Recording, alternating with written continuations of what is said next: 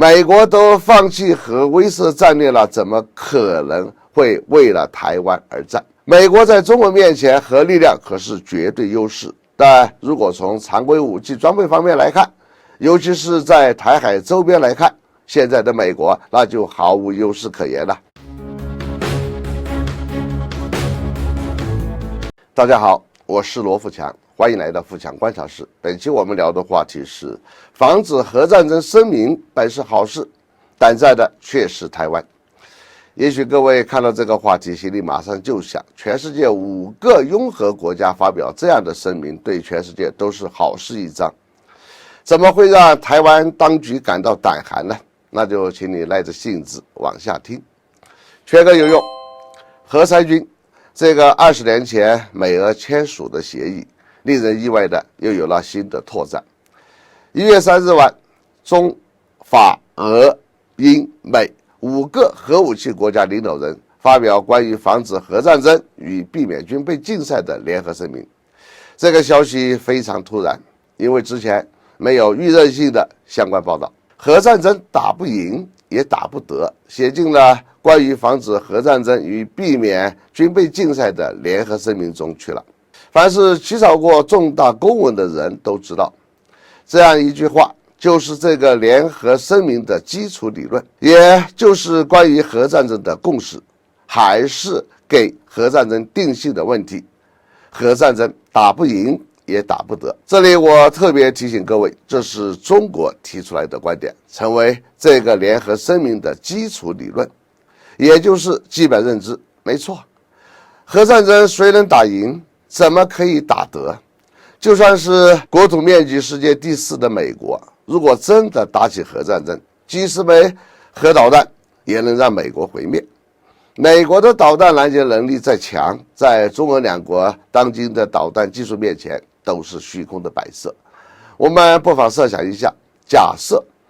美国因为乌克兰问题与俄罗斯大动干戈，俄罗斯最后不济，陷入极大危机，那么俄罗斯会不会向欧盟国家和美国发射核导弹？如果俄罗斯使用高超音速导弹装载的是核弹头，世界上没有任何一个国家可以拦截。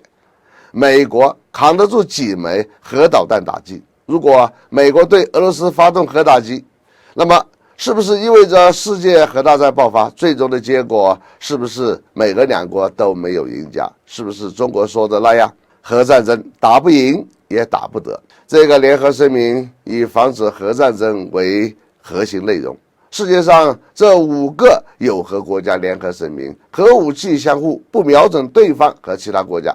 不搞军备竞赛以外，还有一个令台湾当局胆寒的问题。我现在从3个方面来分析一下。第一，这也许表明美国开始服软了。美国作为一个从来都以核武器作为第一威慑手段的国家，现在却签署了这样一份联合声明，那就说明美国已经深刻意识到，面对俄罗斯和中国，美国作为世界第1核大国，已经不再信任自己花费了天量资金发展的核导弹还具有实用价值。不仅威慑不了中俄两国，只会让自己在维持庞大核武库方面花费巨大的经费，因此有可能标志着美国开始放弃核威慑战略了，把军队建设的重点转向常规军事力量领域。第二个，这也许是美国给中国挖的大坑，这是在向中国释放烟幕弹。全世界都知道，美国是当今世界最不讲什么诚信的国家，今天可以和你签署什么条约，明天就会退群，因为美国就是一个以美国利益作为根本出发点的美国优先的国家。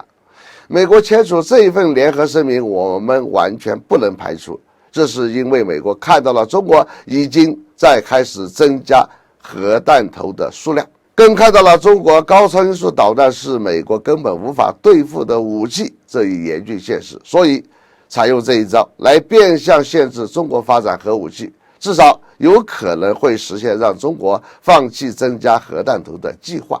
第3个，美国都放弃核威慑战略了，怎么可能会为了台湾而战？美国在中国面前核力量可是绝对优势，但如果从常规武器装备方面来看，尤其是在台海周边来看，现在的美国那就毫无优势可言了。比如，美国最自豪的海军舰队传统优势，在中国的东风快递面前，那就纯粹是我们练兵的靶标而已。且不说中国还有强大的海军、水面舰艇、水下潜艇以及岸舰导弹和空军战机。至于美国驻日韩的那些军事基地，可能在过去那种落后的武器装备面前具有作用，在中国今天的导弹优势和现代化空军战机面前，完全就是靶标角色。只要多加思考一点，我们都会知道，美国已经不可能为了台湾而战，更不可能去冒着为了台湾而引发让美国自己遭受核打击毁灭的核大战风险。这才是令蔡英文当局崩溃的大事。好，本期话题就到这里，下次再见。